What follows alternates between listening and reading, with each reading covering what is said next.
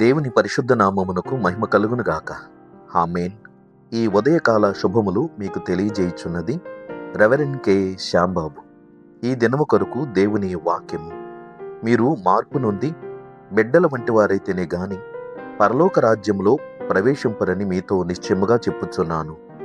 మత్తయి సువార్త 18వ అధ్యాయము 3వ వచనం. ప్రభునందు ప్రియులారా, భూమి మీద భక్తి చేయుచున్న ప్రతి ఒక్కరి అంతిమ కోరిక పరలోక రాజ్యము చేరాలన్నదే. అయితే ఆ పరలోక రాజ్యము నీతిమంతులు, పరిశుద్ధులు, రక్షించబడిన విశ్వాసులకు మాత్రమే ప్రవేశమున్నది.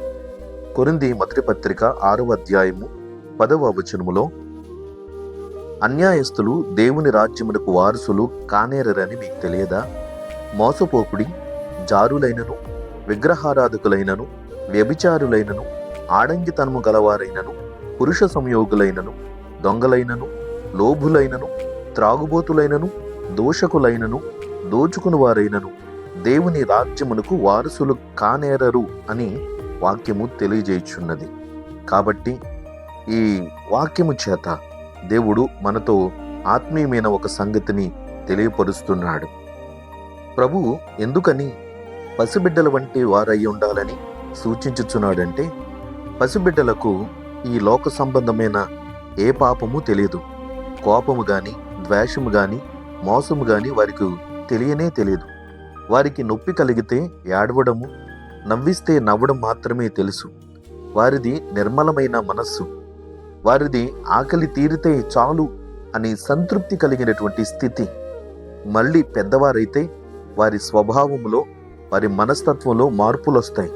కాబట్టి బిడ్డల స్థాయి నుండి పెరిగి పెద్దవారైనటువంటి వారు చేసే చెడ్డ పనులన్నిటి విషయములలో ఈ రోజున మారు మనస్సు పొందాలని వాక్యం ద్వారా ప్రభువు సూచిస్తున్నాడు. కాబట్టి అలాగా పెద్ద స్థాయిలో ఉన్నవారు ఎవరైనా మార్పు నుండి పసిబిడ్డల వంటి మంచితనము, నమ్మకము, నిర్మలమైన మనస్సు కలిగి ఉండాలని, భక్తి విశ్వాసమును కలిగి యేసుక్రీస్తునందు జీవించాలని, అప్పుడు మాత్రమే పరలోక రాజ్య ప్రాప్తి కలుగుతుందని వాక్యం ద్వారా ప్రభు తెలియచేస్తున్నాడు.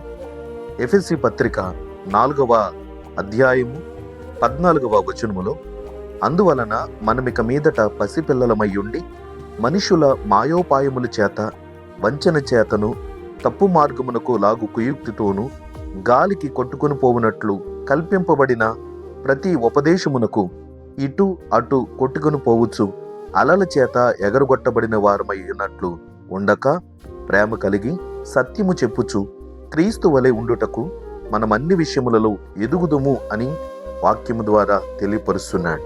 కాబట్టి ఈ దినమందు మనము ప్రభువుతో నిత్యరాజ్యమును పొందాలి అనంటే ఈ వాక్యానుసారముగా మనము జీవించాలి.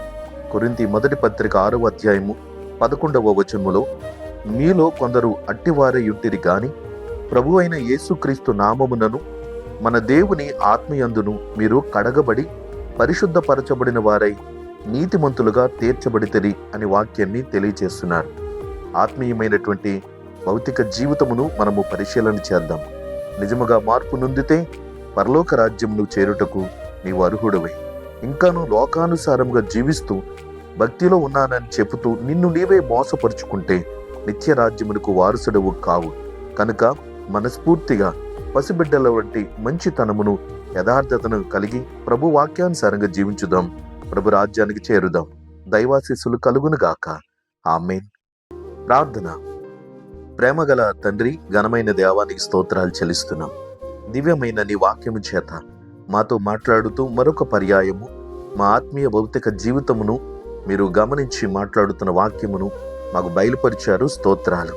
మేము పరలోక సంబంధమైన నిత్య జీవమును కొరకే ఈ భౌతికమైన జీవితంలో నిరీక్షణ కలిగి ఉన్నవారు.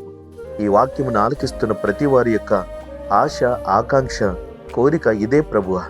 భౌతిక సంబంధమైన జీవితంలో ఎంతకాలం బ్రతికినను తుదకు మరణానంతరము నిత్యరాజ్యం చేరాలన్నది.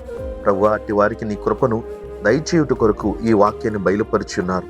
మా మనస్తత్వమును, ప్రవర్తనను సరిచేసుకుని పరిశుద్ధమైన నీతిని కలిగి నీ చిత్తములు కొనసాగు కృపను, నిత్యరాజ్యం చేరే ఆ పరిశుద్ధత, నీతి, భక్తి, విశ్వాసము క్రీస్తు యేసునందు మాకు కలిగింపు చేయమని, మాలో ఈ వాక్యాన్ని ఆలకిస్తున్న ప్రతి వారికి నీ రక్షణ భాగ్యమును, నిత్య జీవపు సమృద్ధిని దయచేయమని యేసుక్రీస్తు నామమున ప్రార్థన చేయుచున్నాము తండ్రి.